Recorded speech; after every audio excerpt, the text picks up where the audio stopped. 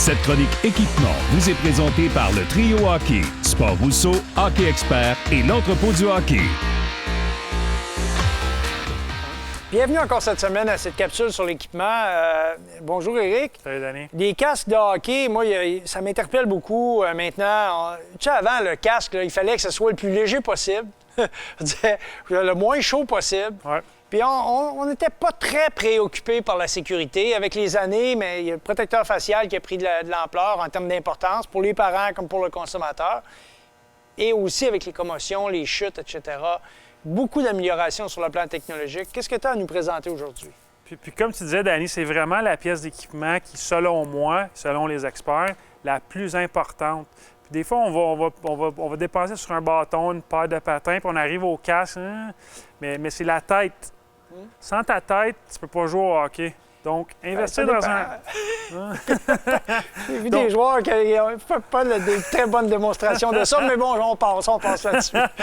donc, investir dans un bon casque et le bon ajustement pour toi, c'est probablement la priorité numéro 1. Oui, puis les parents, tu sais, on est vraiment concernés. Lorsqu'on arrive au magasin, on veut s'assurer qu'on achète une pièce d'équipement qui va être conforme, puis surtout qui va donner une sécurité optimale. Oh, exact. Donc, dans ce cas-ci, on a le Tax 910, qui est le dernier, le petit nouveau de la famille CCM. OK. Celui-ci vient avec une grille. Donc, en magasin, tu as le choix.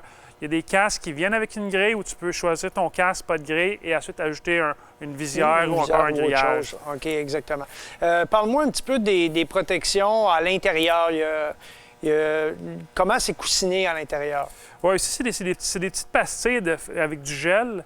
Puis il y a du D3O qui est comme une petite substance orange qu'on voit un petit peu à l'intérieur du casque qui absorbe vraiment les impacts puis qui disperse l'énergie dans la tête. Donc si tu cognes ta tête, pas trop fort, c'est comme si tu es très bien protégé. Mais encore une fois, il faut que le casque soit au bon ajustement, il faut que ça soit bien ajusté. Les oreilles aussi, je remarque qu'il y a une protection accrue au niveau des oreilles.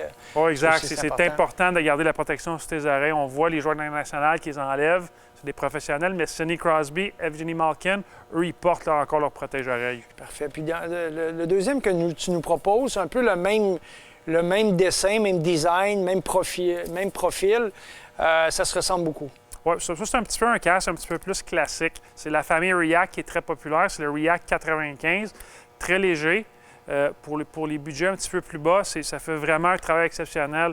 Il rappelle un petit peu le poids et le test du miroir d'un casque Bauer d'il y a 20 ans, mais avec la protection d'aujourd'hui.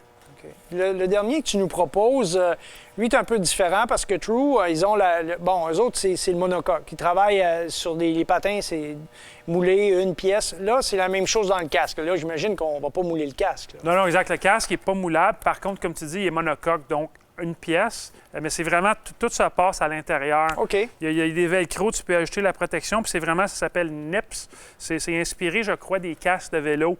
Donc, c'est vraiment pour absorber les chocs. Tu vois, ça bouge un petit peu. Puis ça fait vraiment un travail exceptionnel. Mais encore une fois, c'est important de s'assurer que le casque soit bien ajusté selon sa tête. Je vois qu'à l'intérieur, au niveau de la nuque, il semble y avoir un peu plus de coussinage à l'arrière. Oui, exact. Cet ajustement, c'est un velcro.